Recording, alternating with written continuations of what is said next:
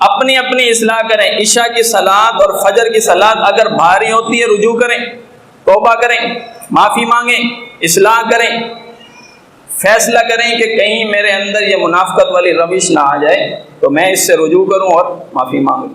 یہ جو رجوع ہے، یہ رجوع یہ فرق بیان کرتا ہے کس چیز کا؟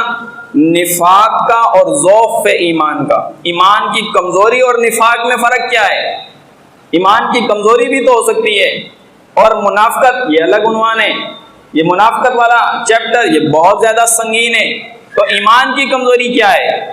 جب تک اصلاح کر رہا ہے، جب تک رجوع کر رہا ہے، اور جب تک اپنے آپ کو اس نے رجوع کی کیفیت میں پیش کیا، جی میری اصلاح ہونی چاہیے، جہاں میں غلط ہوں مجھے اصلاح کر، تب تک تو یہ صحیح ہوگا. اگر اصلاح نہیں کرے گا اسے ثابت کرے گا، اصلاح نہیں کرے گا اس پہ دلائل دے گا، اصلاح نہیں کرے گا اس کے اوپر مواد پیش کرے گا، اور پھر اس کا کہنا یہ ہوگا کہ کوئی شخص اس سے زیادہ فہیم نہیں ہوگا، اس سے زیادہ فقاہت والا نہیں ہوگا.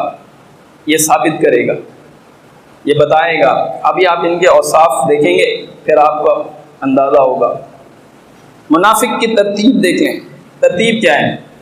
جب شروع ہوگا، اس سے کوئی جرم سرزد ہوگا اور یہ پکڑا جائے گا تو کیا کرے گا؟ پہلے معافی مانگے.